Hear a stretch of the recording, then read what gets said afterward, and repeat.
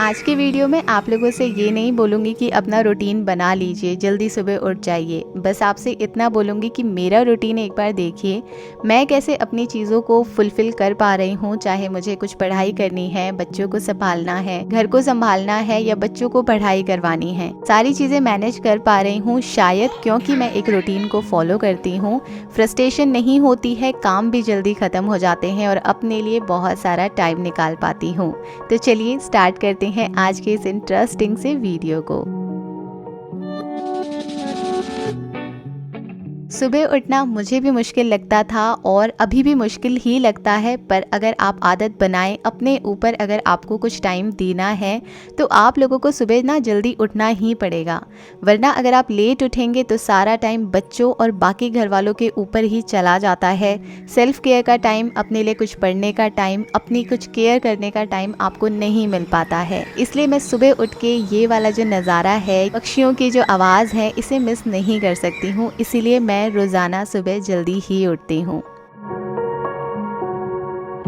मेरे बहुत सारे दोस्त हैं जिन्होंने मुझसे बोला था कि आप फिजियोथेरेपिस्ट हैं तो हमें कुछ एक्सरसाइजेस भी बताइए। मैं यहाँ पे आज सिर्फ बिगिनर्स के लिए कुछ एक्सरसाइजेस बता रही हूँ। आप अपनी बॉडी को इस तरीके से अगर रोल करते हैं, दोनों शोल्डर्स को इक्वली, एंटी क्लॉकवाइज भी और क्लॉकवाइज भी, तो आपके बहुत सारे शोल्डर पेन और सर्वाइकल की प्रॉब्लम खत्म हो सकती हैं। ये बिल्कुल बेसिक एक्सरसाइजेज हैं। अगर आपको कोई भी एक्सरसाइज करने का नहीं पता हमें कैसे करनी चाहिए तो ये वाली आप ज़रूर ट्राई कीजिएगा।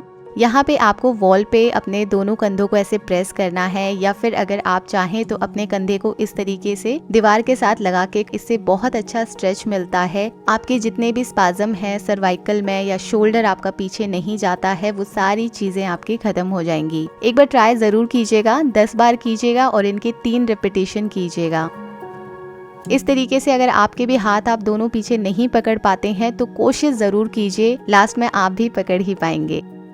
रात को सोने से पहले सारे बर्तनों को ना साफ करके ही सोइएगा। सुबह उठ के आपके फेस पे बहुत अच्छी स्माइल आने वाली है। सुबह दिन की शुरुआत कभी भी टी या कॉफ़ी से तो बिल्कुल मत कीजिए। अगर आपको अपनी हेल्थ का ख्याल रखना है, क्योंकि और कोई नहीं रखेगा आपके अलावा, कोई नहीं बोलेगा ये खाओ, तो अपने ऊपर ध्यान देने के लिए मैं सुबह ना तो टी लेती हूँ ना कॉफ़ी।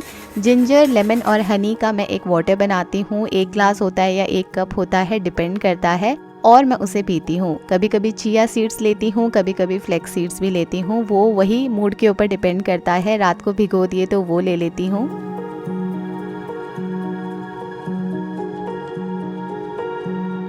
रेगुलर बालों के अंदर ऑयल डालना आपके रूटीन में ज़रूर आना चाहिए।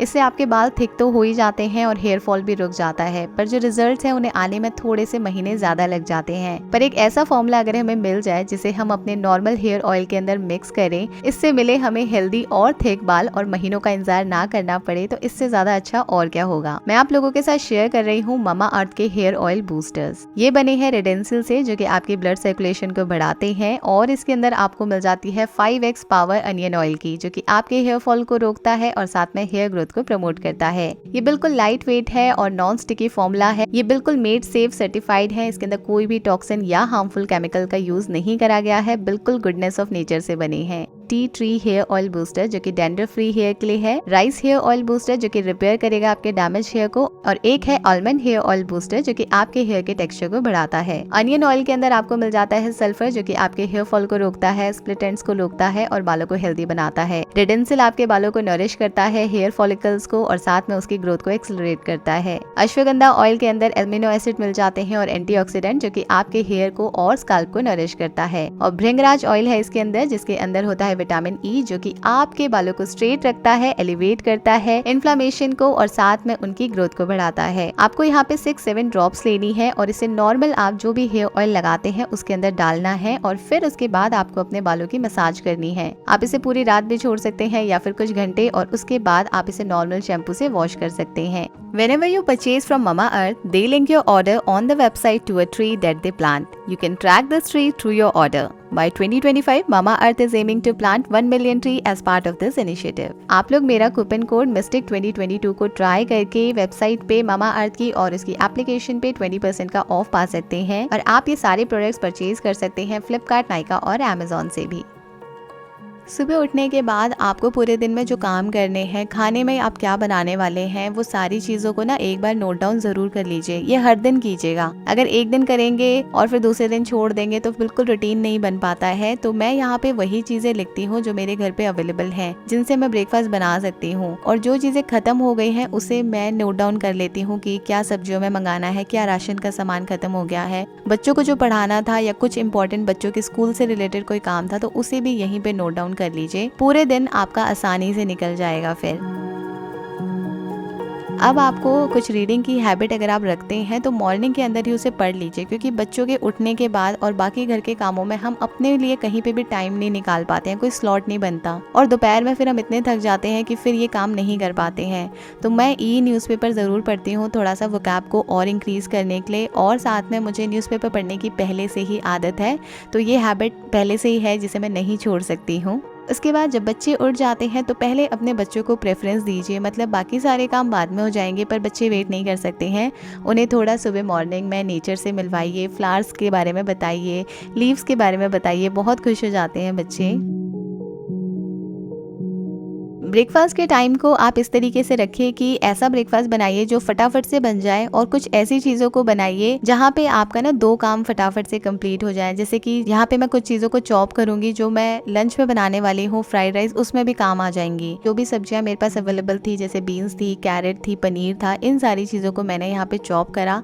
अप्पे बनाऊंगी तो उसके अंदर भी आप डाल के बच्चों को आराम से खिला सकते हैं, और फ्राइड राइस में भी बच्चे इसे बहुत आसानी से खा लेते हैं। नॉर्मली अगर आप इनकी सब्जियाँ बनाएंगे तो बिल्कुल ऐसे मुंह चढ़ाते हैं कि उन्हें नहीं खाना है। तो मैं इस तरीके से कुछ काम करती हूँ जहाँ पे मेरे 2 काम आराम से कंप्लीट हो जाए, और मुझे लंच का कोई ऐसा लोड भी नहीं रहता है कि अभी लंच बनाना है, पता नहीं क्या बनाऊं लंच में, तो वो सब नहीं सोचना पड़ता है।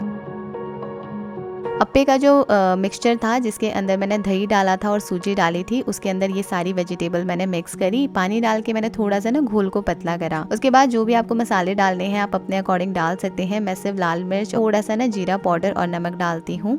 आराम से बनने के लिए छोड़ देंगे, और तब तक दोपहर में जो राइस बनाऊंगे उसे भी मैं भिगो के रख रही हूँ ताकि बहुत जल्दी राइस बन जाए, उसमें हमारा बिल्कुल भी टाइम वेस्ट ना हो। साथ में जब लंच का हम कुछ काम कर रहे हैं या ब्रेकफास्ट बना रहे हैं तो किचन में टाइम स्पेंड करना ही है, तो उस टाइम पे मैं बेबू के कुछ मैथ्स के क्वेश्चन भी सॉल्व करवा देती हूँ जो उसे पढ़ने के लिए देती हूँ और नहीं समझ आते हैं। बच्चे बार बार आके आपसे ना पूछते होंगे, मेरे भी पूछते हैं कि आज खाने में क्या बन रहा है, जल्दी से दे दो, जल्दी से दे दो। तो बच्चे बिल्कुल वेट नहीं कर पाते हैं। तो चलिए इसके बाद हम बेडरूम में चलते हैं। तो बेडरूम में आप लोगों को मैंने बताया था बहुत सारे टॉयज भी मिलते हैं और बुक्स भी मिलती हैं, पर अगर आप एक बास्केट रखेंगे तो आपके लिए बहुत आसानी होगी। और कुछ चीज़ें अगर टूट जाती हैं जैसे बच्चों की कार वगैरह, तो उन्हें फेंकने से पहले खुद जोड़ने का ट्राई कीजिए, क्योंकि बहुत महंगी आती हैं, बहुत मेहनत के पैसों से आप लोगों ने ली होती हैं। तो टॉयज़ को ऐसे मत फेंकिएगा। अब ये बास्केट को आप लेके जाने के बाद बच्चों के रूम में मत जाइएगा उसे लगाने के लिए कि उन टॉयज़ को पहले रख के आते हैं, नहीं, पहले आप अपना जो एक रूम पकड़ते हैं उसी की क्लीनिंग कीजिए। तो आज इस रूम की मैंने अच्छे से क्लीनिंग करी, और क्लीनिंग के अंदर एसी के फिल्टर भी मुझे आज साफ़ करने थे, तो ये बहुत ज़्यादा गंदी हो गई थी जाली। जब तक वो सूखेगी, सन ड्राई होगी, तब तक मैं यहाँ पे बाकी चीज़ों की क्लीनिंग कर रही हूँ। कुछ ऐसी क्लीनिंग कीजिए कि आप लोगों का कल का दिन भी पूरा निकल जाए, आपको वहाँ पे डीप क्लीनिंग ना करनी पड़े। तो अब एक बार अगर आप कुछ काम कर रहे हैं तो अच्छे से एफर्ट्स डाल के कीजिए, फिर आपको बार बार नहीं सोचना पड़ेगा कि ये रूम के अंदर तो यहाँ छूट गई गंद या यहाँ पे मैंने डस्टिंग नहीं करी। और आप में से बहुत सारे मेरे दोस्त हैं जो मुझसे पूछ रहे थे कि आप कौन सी बुक रीड कर रही हैं, तो मैं अभी ना ये वाली जो नॉवल है रॉबिन शर्मा का, इसे रीड कर रही हूँ। बहुत ही अच्छा है, और हिंदी के वर्जन्स का मुझे नहीं पता है, मिलेंगे तो मैं ज़रूर आपके साथ शेयर करूँगी। फुट मैट्स को मैं यूज़ करती हूँ एज टेबल मैट, तो मुझे अच्छे लगते हैं जो फुट मैट, मैं उन्हें टेबल मैट बना के यूज़ कर लेती हूँ। इसमें कोई बुराई नहीं है, जो चीज़ अच्छी लगे वहीं पर यूज़ कर लीजिए।